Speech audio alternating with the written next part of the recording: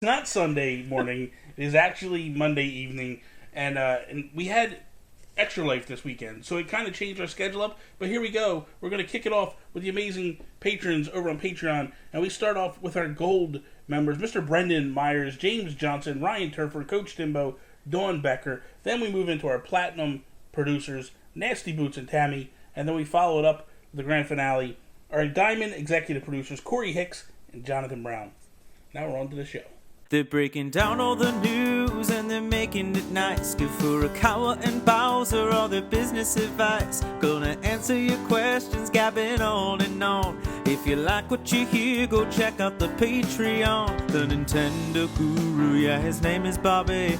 He loves all things Nintendo except maybe Kirby. And the greatest co-host in all of the land. You know it's Sean like Connery, Capri like the pants. If we ran Nintendo.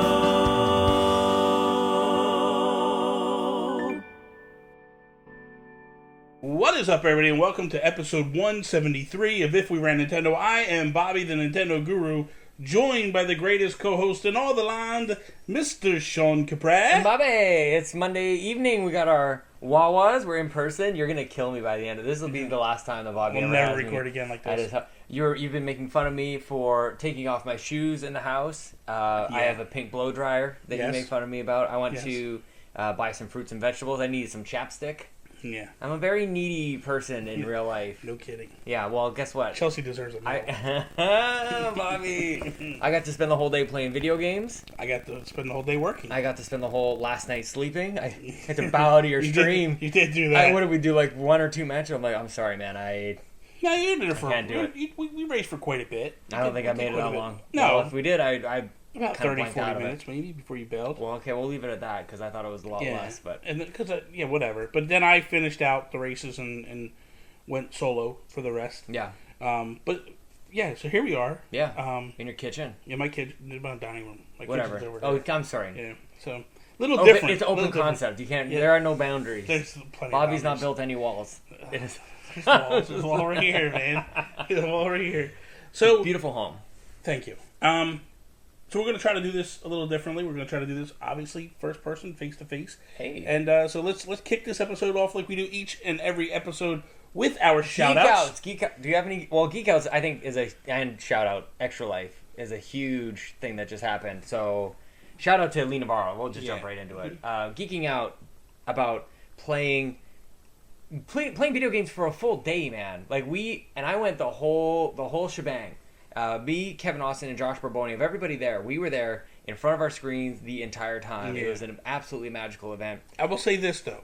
You got up and walked around on occasion. Yeah. Kevin never moved. I don't think he went to the bathroom. He just stayed there the whole time. Dude was a beast. Mm-hmm. He turned his switch, and you know what? He played Fortnite like a beast. Oh, dude, he's good. I was looking over at him, Josh, and Joseph Moran, Mr. Babbitt, and it was like Victory Royale.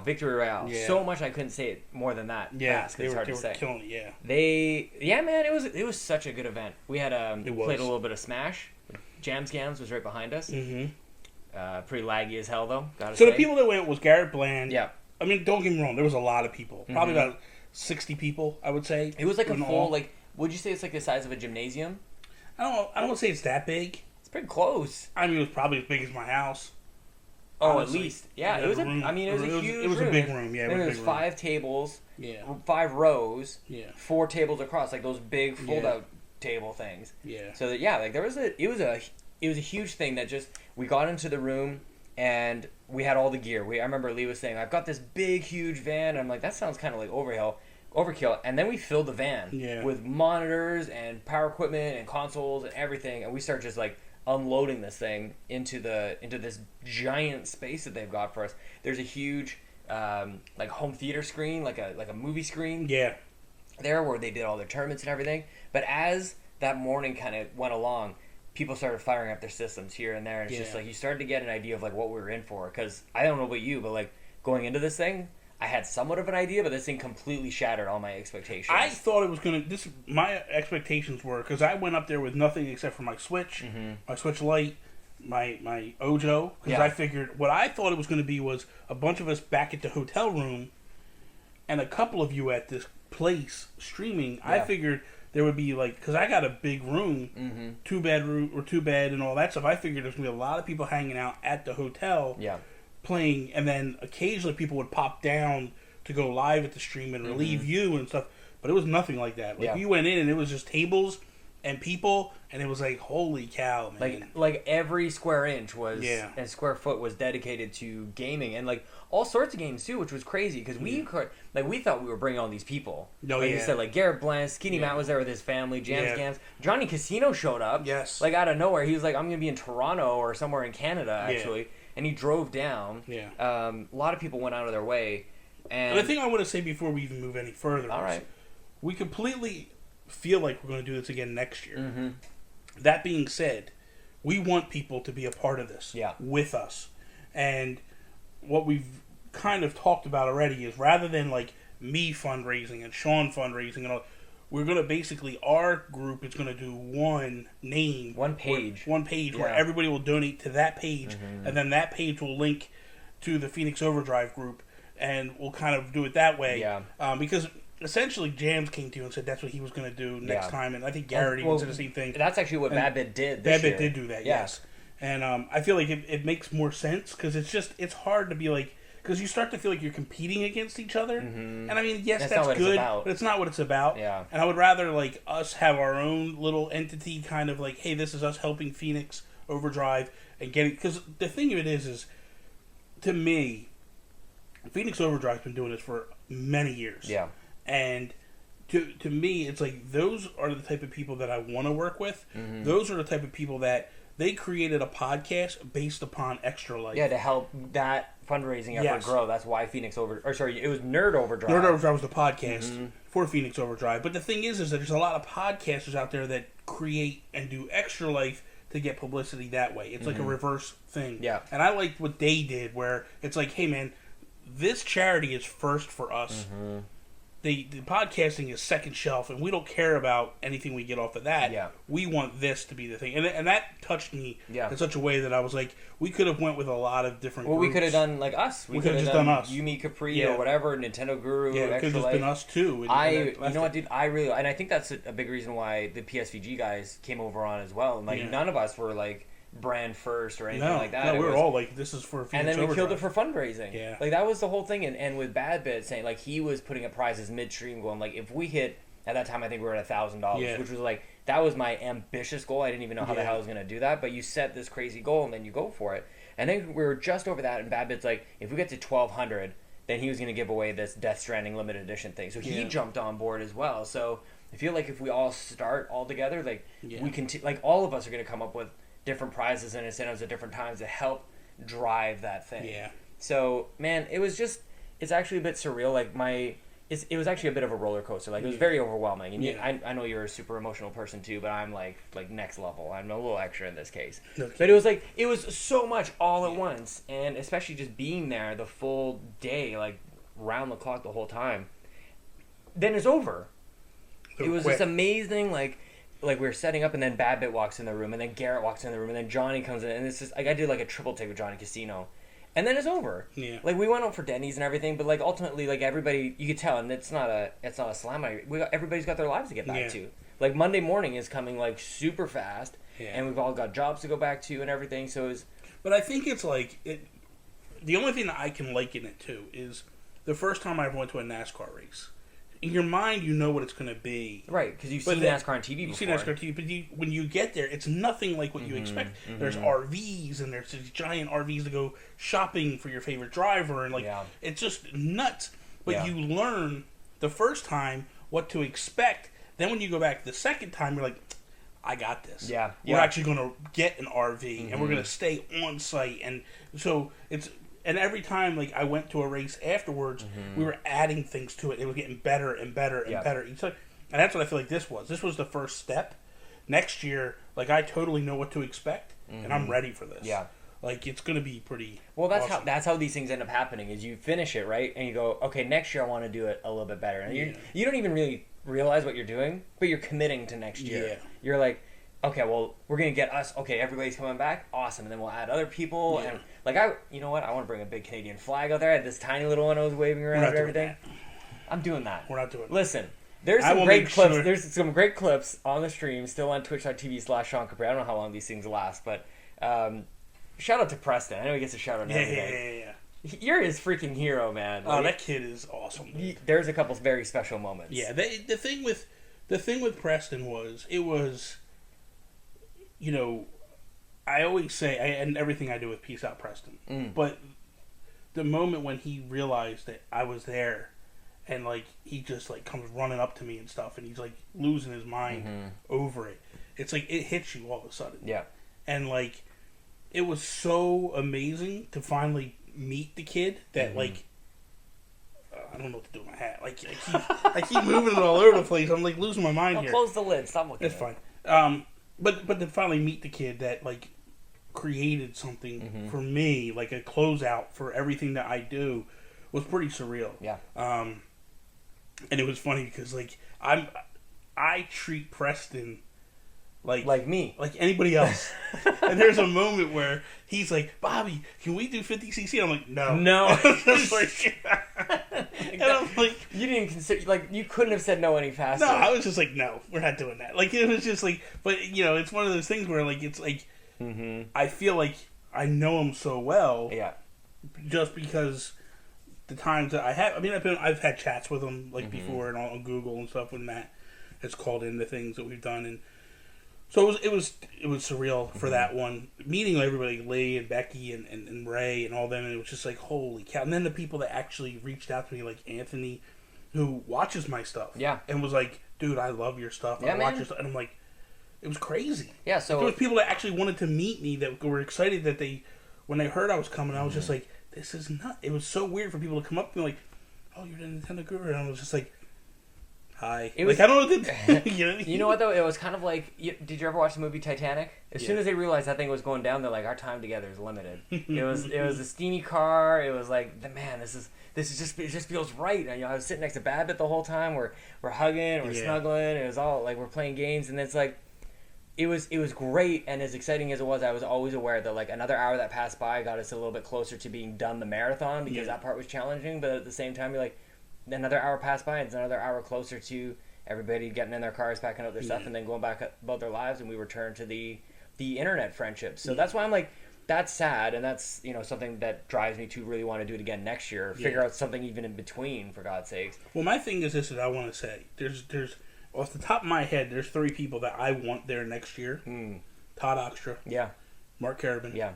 And Ryan Turford. Oh snap! Yeah, man. I want those 3 there. No ifs, ands, or buts. But and I want a lot of people. I would love to get Donnie Reese up. Oh my and all gosh! That stuff. Yeah. But those 3 are the ones that I want to say because they had talked about coming, and just things got jammed up for them. And I just want to say, like, now's the time. Yeah. Start planning now. Yeah, I think the date is like November 7th next year. And if there's something that comes up where, like, if it's travel arrangements, financial, let me know. Yeah, we'll figure it out. I will help you get here. I want this to be something that we can seriously grow together, meet, hang out, do stuff. Like, this is this is the place to create the mecca of what we're doing. Like, this is so surreal. It's not even funny. Yeah. So, and what better way to do it? Because I think we could surround something like that around anything. It could be episode 200 of this or whatever. Well, my thing would be like, what I would love to do next year is to get everybody. Okay, we're shutting down. All right, we're going back to the hotel. Yeah. And then we're going to record live and at make the some content. That's what I mean. Like, so it's like, this is the thing that gets everybody there. But like, what about the day before? Yeah. Or the day afterwards? Like, how do we get, you know? And I know everybody's got jobs and everybody's got lives and everything to get back to. But like, with enough planning, we can do anything. Yeah. And if we've kind of just put it out there, and I know Lee is up for it as well. Like, he is all into it, man. And he was so appreciative. But at the end of the day, the important thing is that Phoenix Overdrive raised over $10,000. I know it says like at this moment I think $8,500 online or something. But there's like a lot that's coming in still. Kevin Austin's company is doubling, so he's going to go from $1,200 I think to $2,400. Yeah, like that. Yeah, there's proceeds from shirts and everything like that. So there is like Phoenix Overdrive is almost top 100 teams out of all the teams. Yeah, you know how many people fundraise for this thing all over the place? Like, you get into top 100, you're getting into all those giant names that everybody knows about. And the one thing I want to say is, because I didn't have the ability to stream as much as I wanted to, I am streaming this weekend. I'm going to go for 12 hours. I'm going to go from 1 p.m. to 1 a.m. Yeah. I have a $500 goal if I can hit that $500 goal, 2 things that I'm giving away right off Jump Street, just to let people know, is turquoise Nintendo Switch Lite and the Ojo Bluetooth speaker. That's sweet. Those 2 things will be given away, and then I'll have other stuff that I'm going to give away as well. I'm going to try to reach out to some people and get some game codes and other things like that. But these are things I'm definitely doing right off of Jump Street. I'll probably have my schedule going out in the next couple of days of what games I'm playing and all that. But this will add on. Hopefully we can add on to that total and get us well over the $10,000 mark. But it's so amazing that we hit that as a team, and it's just surreal, dude. It's crazy. I want to hang out. Even like, there's so many other people that you can hang out with there. Like all these, like all different types of games, like I was saying. But shout out to Lee, shout out to Becky, shout out to Ray. Like even the tournament, there was a Crash Team Racing tournament. There was a, what fighting game were they playing?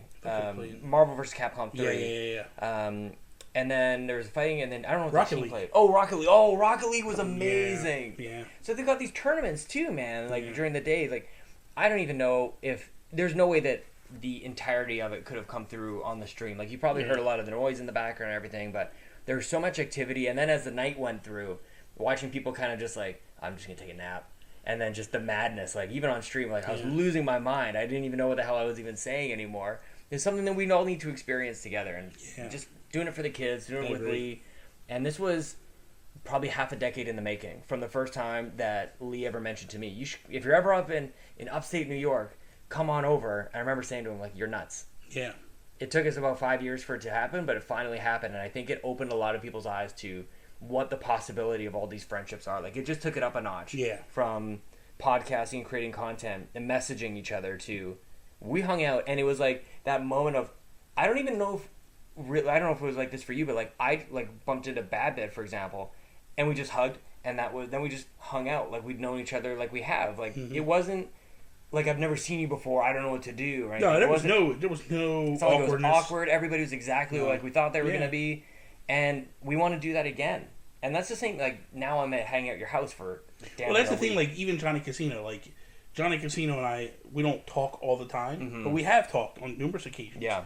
And like he took over your stream when I walked up, and then like I just bum rushed the camera. I'm like, "Come here, John," and I hugged him. Yeah. And he was just like, oh, "I was gonna come over in a minute when you got the." Oh, no. Yeah, dude, you're done. Like this is like, dude, he's fit. Yeah. He looks good. Yeah. Real quick though, I want to before we move on, one other shout out that I want to give is to Mark and Lauren Carabin. They just announced today that they are pregnant. Oh. And little Bobby Carabin. That's what I'm saying. Like hashtag Mark, Bobby Carabin. That's it. I want everybody to put out there hashtag Bobby Carabin. It needs to happen. It could be, an amazing name. So, okay. So here we go. We're gonna jump into if we ran Nintendo. Topic 1. So if we ran Nintendo, we'll just keep carrying on with what you have here. So we're just gonna keep going with this. But how would we implement Extra Life into our business practices? And I feel like Nintendo has an opportunity here to do something special. Yeah. And I think it's real simple and real easy. Yeah. It probably kills the topic and it shuts it down pretty quickly. Oh, snap. That good of an answer. Well, I think it's simple. I think what you do is you go, listen, we are going to create a Nintendo Extra Life team. Yeah. And everybody log in and do it. And whatever you make, we match. Yeah. And that's it. Oh, snap. Yeah. So whatever money comes in from this, from Team Nintendo, we double the money. Yeah. And then boom, done. That's amazing. Something that nobody is doing. Yeah. And the other thing too. That's where the idea came from, really, was like, how do we go into an Extra Life weekend and like Xbox, PlayStation, Nintendo are quiet? Yeah. What an amazing, like there's $9 million raised. Yeah. All these people are after, like, even like why isn't there a title sponsor here? And maybe that would exclude some people. Maybe if it was like the presented by Nintendo. Yeah. Or even, I guess Twitch is a partner as well. Maybe. But yeah, like put your name up next to like video games. One of the most in a year where people have linked back violence to video games and all the old arguments have completely come back. How do we get video like celebrated with charity? We can take this up a notch. I think, and you could, and what you're saying, you could show the world. Yeah. That hey, we're not violent games. That's what I'm saying. We are, especially Nintendo. That's exactly. We are family friendly. We're for the kids. This is a way for us to help the kids. And I know Nintendo does a lot of charity work. You know what I mean? Like I know that they give and they do stuff for charities. There was even times when they would like put game systems in hospitals for kids. And right. They were built into, like, N64s were built into the hospital television stuff so kids could play when they were sick. Like, why not take it up a notch? Well, and then from there, like we always talk about how does Nintendo work with influencers. Yeah. And for the most part, it's been kind of a wishy-washy kind of relationship with YouTube and everything like that. Like, what an opportunity for them to engage their partners. I think there's some sort of challenge going on right now where you watch, like, the Nintendo branded streamers do whatever. But, like, wouldn't it be amazing for them to do something with, like, a Miss Click and those people that they partner with, and then they can engage their communities to raise all this money. Like, we were looking at some of those top fundraising teams, and, like, it's great. I think kind of funny with some around, like, $80,000 and stuff. But, like, there are so many people involved with this. Like, how do we take this? It should have the potential, with so many people being involved, to go from, like, a 9, like, I see this being, like, a $15-20 million a year event. It should be. Right? You would think, but to its credit, what I think is amazing is the fact that it's, like,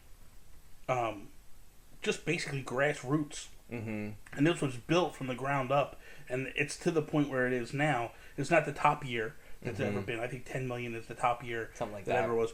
But it's close to the top year. But people need to, like, convert their minds into that fundraising aspect. Because for the most part, and I think for the first time that I ever heard of it, was probably the same as anybody else, like, I get to play games for a day? Yeah. Awesome. But then you start to realize, like, the cause, like, the impact that everybody is making. And that's when you become, like, a participant and you become a fundraiser. Yeah. And that's kind of I feel like, actually, like, maybe it's just because it's the right time for me. I don't know if everybody else feels this way, but you start to think, man, we can really do something with this. And again, like, I think Phoenix Overdrive realized that as well. They probably doubled what they've ever done before. Yeah, this was they said this was the biggest year for numerous things, like biggest participants, most money raised, most people that had triple digit donations. So it's, you know, really cool to see what it is on the lower level, like with us, but like like, for me, as a Nintendo fan, a lifelong Nintendo fan, like, number one, if I wasn't involved, I would donate. Yeah. You know what I mean? Like, it would drive me to donate, because I think a company like Nintendo has the power. Yeah, it has the power to draw people in to do things with their wallet that most people can't do. Right. And then you get it to the point where it's like, hey, we're going to take it to the next level, and we're going to double donations. So you basically just go, like, hey, man, you just turn around and you have, like you said, you have your influencers. They push it. Yep. You know what I mean? And you help them to grow. Because the thing of it is they could even do something where there's a Nintendo-sponsored channel. Yeah.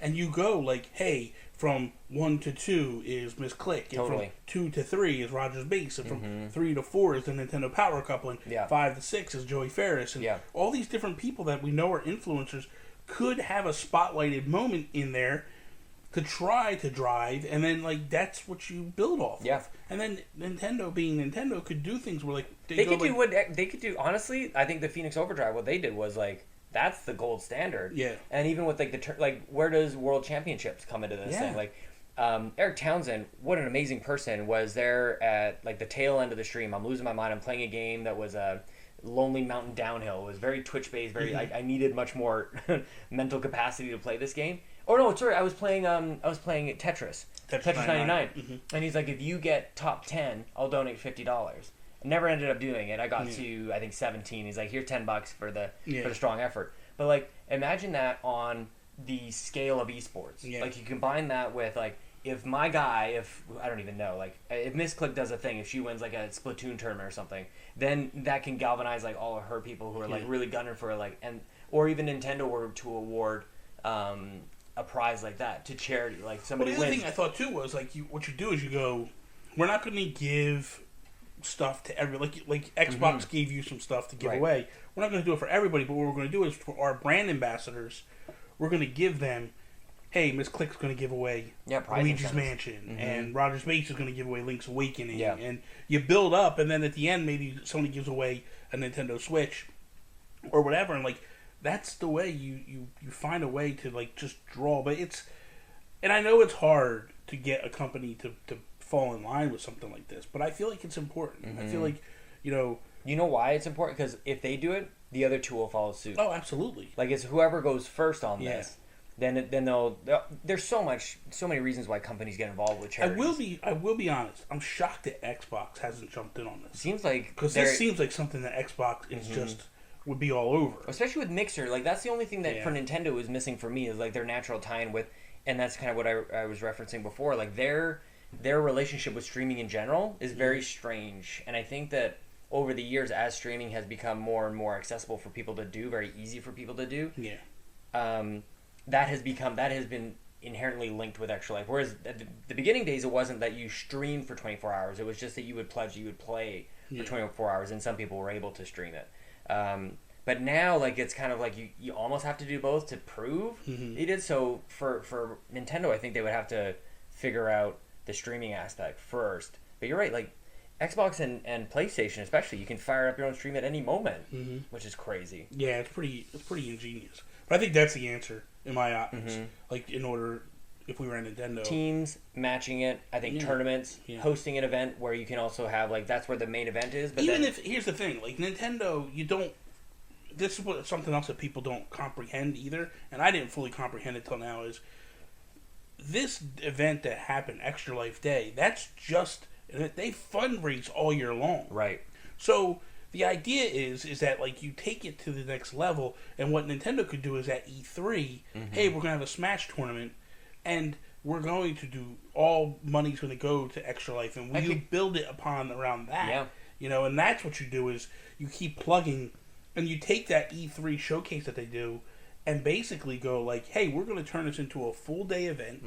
Like, how cool would it be, seriously, if they also did Treehouse Live? Yeah. Like if they said like, hey, day 1 of Treehouse Live is this, day 2 is this, and then what they do is they turn around and go like, hey, you know what we're going to do? The 4th day, we're going to add a day to this, and it's going to be Extra Life Day for us, and we're going to bring our influencers in, and they're going to stream these games we just showed you, and you'll get their first impressions on these games, but also donations. And the donations that are raised on that day, because that's where everybody's looking. All the eyes are on it. You don't have to go inside. Like, they wouldn't have to go in when everybody goes. They wouldn't have to wait till November. They could do it in July, which would actually be better, because then it would give Extra Life a big push in the middle of the year. And then at the end of the year, they finish it up with, it would be a win-win. They could really partner with them. I mean, you could take what Phoenix Overdrive did with the power and with Nintendo Power, with the cash flow and everything. You could sell tickets with proceeds going to the thing. You could sell exclusive swag. Like, you make it... Man, like, we talked about it beforehand. Like, this was an adult sleepover. Like, this is like this is what everybody would dream to be able to do. But if, like, Nintendo hosted this, essentially the same thing that we did, this big room, but then you also had a space, maybe a hotel, maybe it's at a hotel. Where you could, like, if you need to take a spell, you could go to your room, you could come back, and it's still, like, this 24-hour celebration of video games with this strong charitable element to it as well. Kickstarted at E3, you go all the way through. Maybe there's exclusive giveaways or exclusive news even that you have, kind of like the Wizard. First time these people played Mario 3, there it is. They know where all the warp whistles are. It's amazing. I don't know why that ever makes sense. But yeah, you play Kirby. That's why it makes sense. It's a little early. Very. We didn't get to play Kirby with you. Who cares? Anyway, so the next topic of If We Ran Nintendo is, if we ran Nintendo, when does the next Nintendo Direct happen, Sean? It already happened today, didn't you hear? Would you stop? Not today. No. Okay. My question is there's been rumors and things floating that it could be coming soon, and it's always the way it is. After we get a few months out from the last Direct, but I've often wondered this. Nintendo has the ability to do two things here. You can either go January, February for the push of the next year, or we could wrap up this year with a nice event, in December. I don't know which is the best solution. Let me throw you an idea. Go ahead. It's not going to be the right idea, but the point of the idea is the important is December 25th is when you do an event. Is when you do, and so nobody's going to do that. I understand, but I mean, do they celebrate Christmas in Japan? But that's not the point. You I'm want just everybody kidding. to watch. That's a joke. That's a joke. But you're right. You do want people to watch. But my point is, December 25th, a whole bunch of people are opening up their brand new Nintendo Switch, and they're going to want to know, what am I going to play? And it's amazing to me how I think companies are actually getting a little bit more bold these days. Where remember when companies used to be open on Sundays, closed on Sundays? Yeah. And like to open was like sacrilegious. Like, oh my gosh, you're supposed to rest on this day. may be so bold, but I feel like within the next 10 years, stores are going to be open on Christmas. Oh, no doubt about it. Like, you're starting to see kind of like even like the gas stations or whatever it is, like maybe a McDonald's or something. Like, there's going to be more and more, especially digitally, there's going to be more communication on the days that are so quiet. Because you cannot ignore that. As a marketer, you can't ignore that, like, nobody does anything on a Sunday. Super quiet, right? So how do you become the loudest voice? It'd be very easy. So if not December 25th, then how do you do some sort of like Nintendo Direct for the people who are opening their Switches for the very first time on Christmas Day? I feel like you do December 26th. You could do it. Because I feel like the day after Christmas is special because it's your first day, you're playing your console, you're all hyped up. What if it was December 24th? I don't know that I would go Christmas Eve. I feel like I wouldn't want to compete with the holiday in its own. That's fair. I feel like you go the day after, and the reason why I say the day after is because all the kids are off from school. You're basically starting your Christmas break. Are you off from school? You think so? Is that in Canada? It's a holiday. In Canada, it's called Boxing Day. Everybody's shopping. But in the United States, we were always off. Most times, me growing up, and I know most times now, you're off from Christmas to New Year's. For most times. Yeah, for sure. Occasionally, depending on the weather and what things are happening, you might go to school a couple. But most schools close between those days. So if that's the case, like you're kind of kicking off the kids' actual vacation. Like they had a couple days off, maybe a day before Christmas, a day before New Year's. I mean, a day before Christmas Eve. And then it all depends on what day Christmas falls on, obviously. But so I feel like you go the 26th. I think you should do something on December 26th. Now that I think about it, I ain't got nothing else to do. Might as well. I think you should do it. But you just got to switch. This is what you should play. I could, but the thing is like I feel like that would be kind of like bold. And it's a way of going like, hey, our year is done, but get ready. Come 2020, this is what's coming in 2020. Right. And then come right out the gates and hit people, like just punch everywhere in the face and go, this is what we're hitting with. And just hammer home a lot of good stuff. Now, people might think that's crazy. And I'm sure people are probably screaming like Greg Caldwell right now. Sometimes that's why it works, though. When it is crazy, sometimes that's why it's like... And that's what... I feel like you want to do something different that nobody else sees coming. Especially when we're in a world where Xbox and PlayStation are both copying us now and doing, their versions of the Nintendo Direct. So I feel like Nintendo needs to just be bold and take some bold steps. And they've been bold since the Switch has come out. Let's not... I'm not going to sit here and act like, oh, they're this very conservative company. They don't do this, that, and the other. They have. They've been doing some not crazy stuff, but they've been doing some ballsy things over the past couple of years. Their marketing and all that. And so I feel like everybody expects, and that's the other reason why I'm saying do it December 26th. Because everybody expects January, February. So and let's be honest, the internet, Twitter is going to tell you it's going to definitely happen in January. And then Justin Masson, it doesn't happen in January, it happens in February. When you got guys like Masson guaranteeing you, I guarantee you it'll be next week, and then nothing. I'm just kidding. I'm just kidding, Justin. He's over there. Yeah, he's by the way. Justin, I'm just kidding. Just kidding, Justin. No, but I feel like that's you throw the internet a curveball. You throw them off big time because they're all expecting one thing, and you go the opposite way. And I think this part of it is maybe can be different in that, like, when you and I say Nintendo Direct, we think exactly the same thing, and obviously so does Sony, like with PlayStation. But does the holidays invite some sort of different take on it? And I was starting to think about the Video Game Awards, where it's a celebration of the previous year. Like, is there something for Nintendo to do in a way that, like, maybe the expectation that they set is completely different, where normally they go, here's the year, here's what the next, like, 3 months before E3 is going to be, or whatever the month's coming up. I think the one was the last one, September or something like that. So they try and set, like, the buying habits for everybody. But if they did, like, if you're just getting your Switch today, here's what you missed over the last, like, 12 months. Here's like, it's for a different audience, so the message is a little bit different. And then you could still have your January 7th or Justin Masson special and this is what 2020 is going to look like. I don't, me personally, I just feel like you hit them with a direct. Don't worry just about... Just a typical direct. I don't agree. I do agree. Because I feel like... Because here's the thing, Sean. Stop. Most kids know what they're getting. Most kids know why they want to Switch to begin with. Right. Most kids are telling their parents, I want to Switch because of Smash. Sure. I want to Switch because of Breath of the Wild. I want to Switch because of Mario Kart. You don't need to sell kids on the old games. You want to show kids what they're going to be playing, what's new coming over the next few months, and get them even more excited. But they can't buy it yet. I agree with you. And I think that's why the Justin Masson special is important for those people. But when you have a Switch and you're going through the eShop and you've got, like, your mom bought you Splatoon and Breath of the Wild and that's it, and you're like, I mean, it's just Breath of the Wild, so I'd like something else, you know? Maybe it's a bad example, but how do you get, and Nintendo's titles have proven to be everlasting. Like, these things, it's not like they need to be like the brand new game of that day for people to buy them. I think it would be amazing for them to go, I've got this gift card from my grandma and the Switch from my mom. Yeah. How do I, like, I need to spend my money, like, now. That's, you and I talk about this a lot. I've always been frustrated with Nintendo's inability to go, you've got my attention, I'm excited now. Like, let me give you my money now. Yeah. Not wait for the Justin Masson special. Yeah, but I don't feel like you need to tell people what games are already out. I just think, well, again, we talk a lot. You can easily just go, here's a flip book. I know, but here's a catalog in the... You're just being argumentative because... I'm not being argumentative. Yes, you are. Because I don't feel like you need to do anything special to make people realize... Seriously, do people...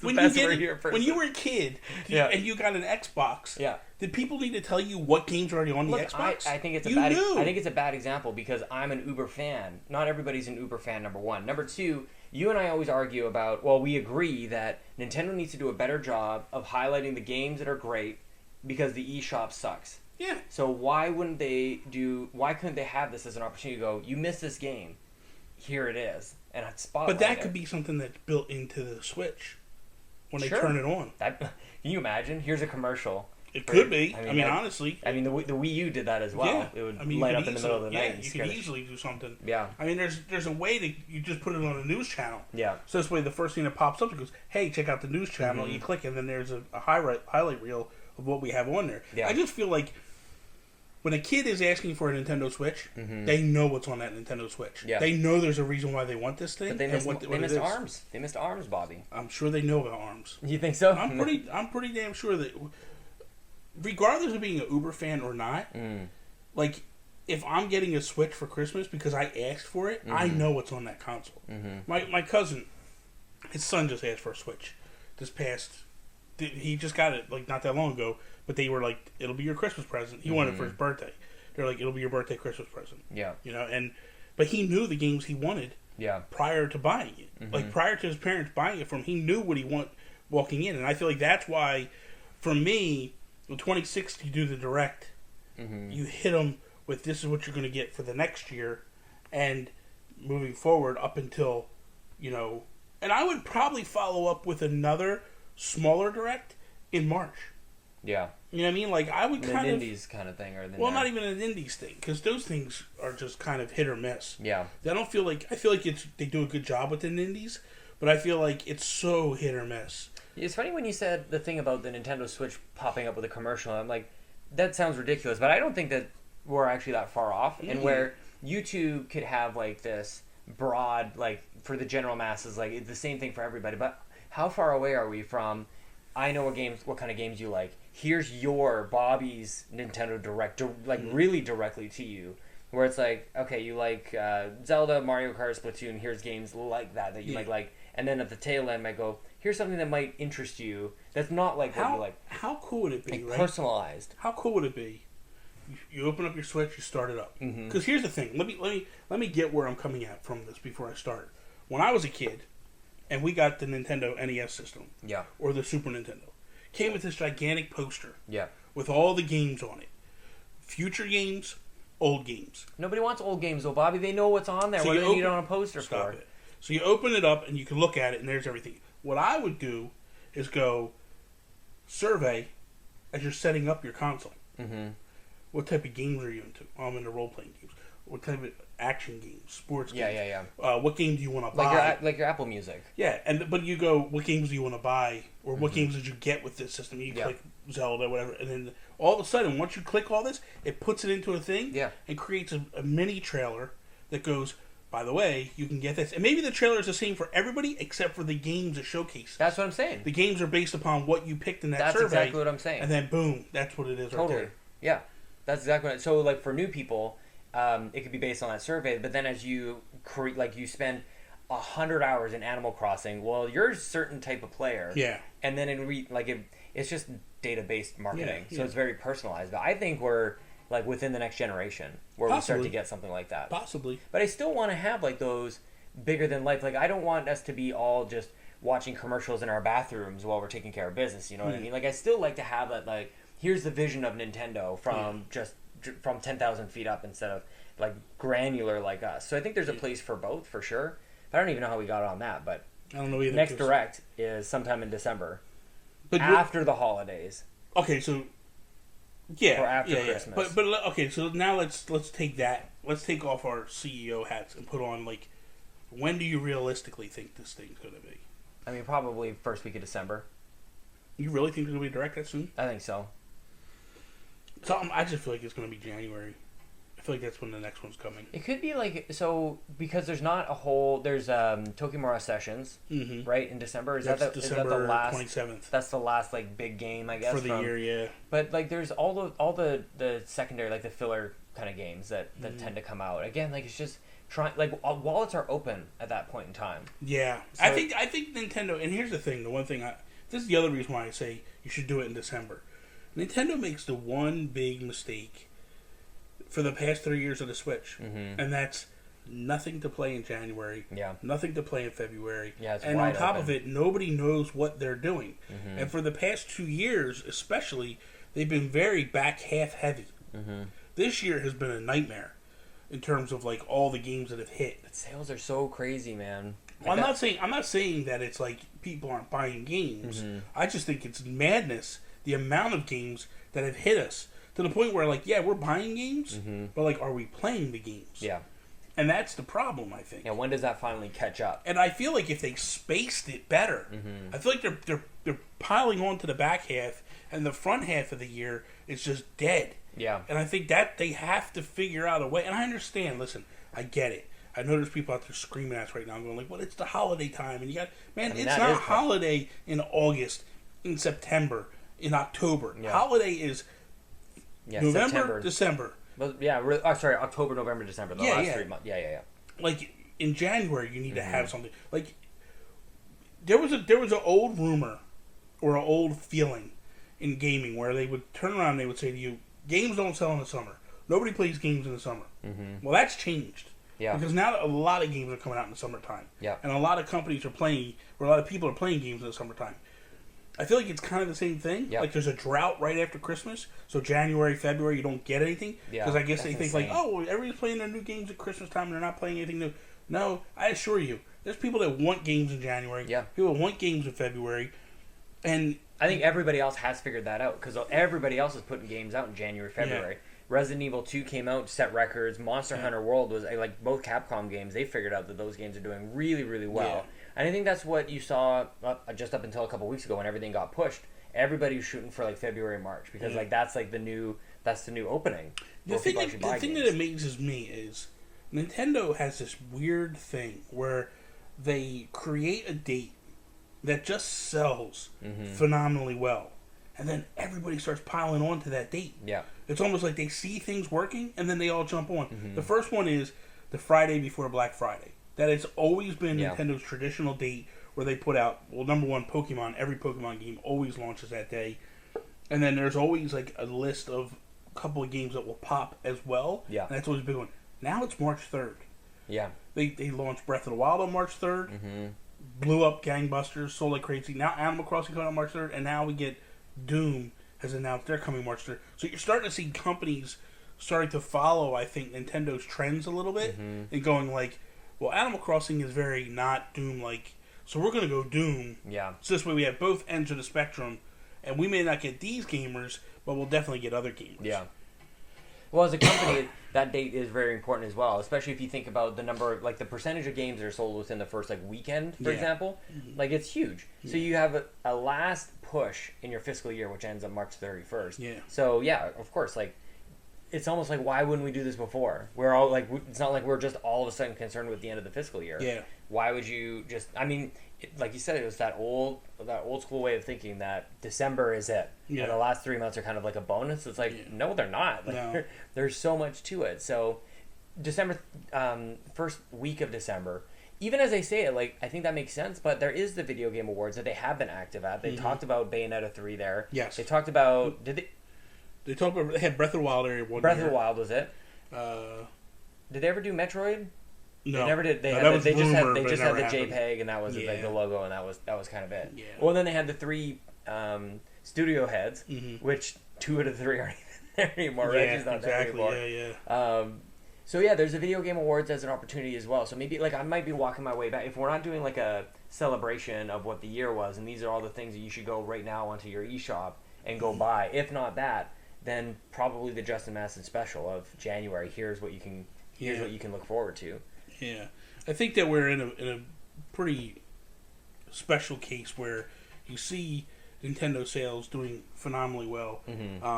Now the PlayStation 4 just eclipsed the Wii. Just recently in lifetime sales. The PS4 eclipsed the Wii? Oh, the Wii, right. The Wii, yeah. Man, what bad branding were of Wii U, I think, anyway. Yeah, but anyway, it doesn't matter. Yeah. So they just eclipsed the Wii. So they moved in the second place all time. Yep. With the PS2 being number 1. I don't think they'll ever touch the PS2 in terms of numbers. But my question to you is, I know when this all first began, people thought there's no way ever Nintendo catches the PS4 in terms of sheer numbers. But I feel like they're on a pace to beat the PS4 as time moves on. Yeah. But do you see that happening, or do you think like, no, I think it dies out? And I mean, the thing that muddles the whole question is, what do you count as a Switch?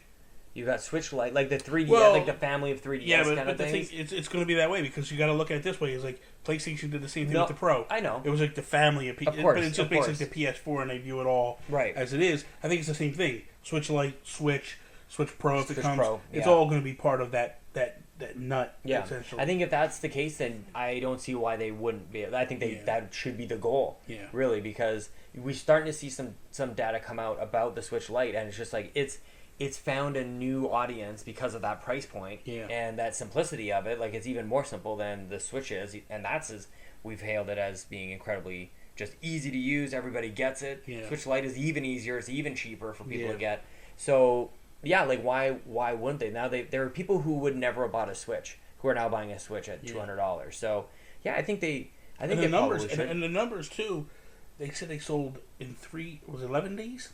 Was it 2 million Switch Lites in the United States? Yeah. I mean, that's crazy to see. But the funny thing to me is all the people, again, they're like, nope, it's a stupid idea. It's not going to work. It doesn't make sense. Why is it not dockable? Was there a lot of people who said it wasn't going to work? Honestly, there was a lot of people that just felt like it was the dumbest thing ever because it doesn't dock. Sure. Nobody would want it. Yeah. It makes no sense. I'm not buying it. You can't ignore a $200 console. No, like, really, a thing that plays all of the games, all the Doom Eternals coming out on a day and date, everything like that.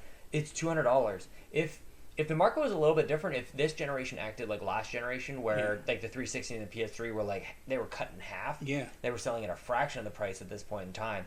Then maybe it might be a little bit different, but you walk in to buy an Xbox One, you don't even like you're buying an Xbox One X, you're buying a PlayStation Pro, really. Yeah. So you're talking about $400 or $500 consoles versus a $200 option. It's a no-brainer at this point. So where the big companies are going big tech and everything like that, big price, Nintendo still goes, we're selling to families and we want to sell multiple per family. Yeah. So now you can have like 3 per household. And to me, it's amazing. To me, it makes the most sense out of everything. I think they're killing it with this idea and this concept. And when the Switch Pro comes, whenever, and we call it Switch Pro because we just don't know what they're going to call it or whatever. It could be Switch Plus. It could be whatever they add on. It's going to be a real surprise when they announce it. I'm like, okay, perfect. I mean, I don't think anybody's expecting it, but I think well, we're just talking about it. Like, everybody knows what we mean. Like, everybody knows, like you say, and everybody knows, like, hey, this is going to be a thing, and we're going to make it something. I think that when that thing finally hits, you're going to.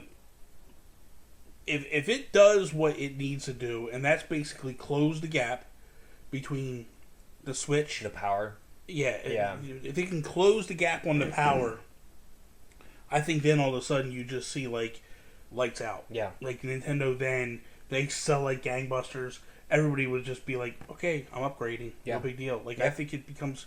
Like, people were upgrading already on the new Switch, the one with the upgraded battery. I know. And, like, that's crazy to think that people would do that, and it was just a battery, but, like, you know what? Like, it makes sense. You know what I mean? Like, because they were saying, like, that battery, it actually was speeding things up just a fraction. Yeah. Things were loading just a fraction quicker. So, it's good to see that they have these things. Final thing I want to touch on before we wrap up here is Nintendo just...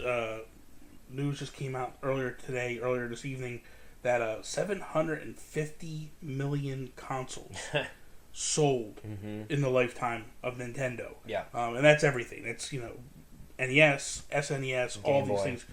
Like, it's just nuts to think. You hear that number and you go, holy cow. Yeah. This is a company that just knows how to move products. Like, that's a lot of product. And, like, when you think about it, like, we're talking about the PS4 just getting over, like, beating the Wii, which is 116 million units. The PS2, we know, did, like, 130 or something like that. It's crazy to think that, like, those numbers can't even, like, Sony can't equate to what Nintendo's done. Xbox can't equate to it. It just shows that, like, this is a company that, like... Well, they changed the world. Like, they actually changed the way that we live our lives and what we come to expect out of interactive entertainment. Like, who knows what would have happened? Like, Sony, obviously, like, even just the actual Sony PlayStation wouldn't exist if it wasn't for Nintendo. But, like, the industry, who knows if it would have just, like, fallen on its face and never recovered. Like, obviously, it's like a butterfly effect kind of situation. But they took what should have been a dead industry and created 750 million units sold. Like, damn near 1 billion units have been sold with the Nintendo. That's why people say, I'm going to go play Nintendo, and they mean video games. Yeah. Like the Coke or Kleenex kind of situation. Yeah. So it's always been that way. Yeah, so what's for the future then? 750 so far. Like, and the industry's only getting bigger. It's like they're the big bang. That's just like the universe of people. It'll take some time. It'll probably take another 15 years to get to 1 billion. But, like, it's definitely... The most impressive thing to me from the 750 million units is, like, in the NES days and Super Nintendo days, like, you weren't talking about, like, 100 million units sold, right? Like, that's really only recently that these consoles have hit. Like, the Wii, the Switch, Game Boy, maybe the DS. Like, it's not like everything was crazy. So it's like, the momentum is in forward progression. Yeah, like, absolutely. Where a lot of people will think very kindly and fondly about, like, the early days, the NES, like I said. But it's not like that thing was... Well, I think what Nintendo has created with the Switch is the ability to sell multiple units in a household. You're only going to get... Well, they're familiar with that, right? Like, no, but I'm saying with home consoles. Sure, yeah. You have a situation where you're only going to sell one, maybe two PS4s in a house. If you have the gamer, he might upgrade and get multiple. Like, you look at someone like Badbit, who has had multiple PS4s, but he's bought special editions, stuff like that. I've only had one PS4. Yeah. I've only had one Xbox. Yeah. You've bought multiple Xboxes, multiple PS4s, but that's because you're upgrading to, like, the better versions. Yeah, I've literally had every one that they put out. Yeah. So, but for me, I've only had one and one. But meanwhile, Switches, just me alone, I've got 5. Yeah. And it's not anything to do with other than the fact of special editions or things like that. But, like, now you take that and you couple that to a family. Yeah. Of a family of 4, right? And you got mom, multiple, dad, 3 kids, and then the old man's going to be like, well, I want mine, and I'm going to buy you the Switch. Especially now, that's the difference now between now and then. Is back then it was just the kids. Yeah. Now those kids are grown up and they've got kids, so like every person in the family is a gamer. Yeah. Not just spoiled 9-year-old Johnny. Yeah. Pretty impressive. Yeah, no kidding. Pretty impressive. So that is all. Thank you guys for watching and listening to another episode of If We Ran Nintendo. Episode 173 is now in those ear holes. Aww. Thank you guys for everything you do, all the support. Be sure to go check us out over on patreon.com/YumiCapri. You can follow Mr. Sean Capri over on the Twitters. Sean like Connor, Capri like the Pans. Follow him at twitch.tv/Sean Capri. You can follow myself at Nintendo Gurus. That is all. Peace out, Preston. Good night, and play some video games. I'm Toby, and I like Kirby. You don't like Kirby. You hate it.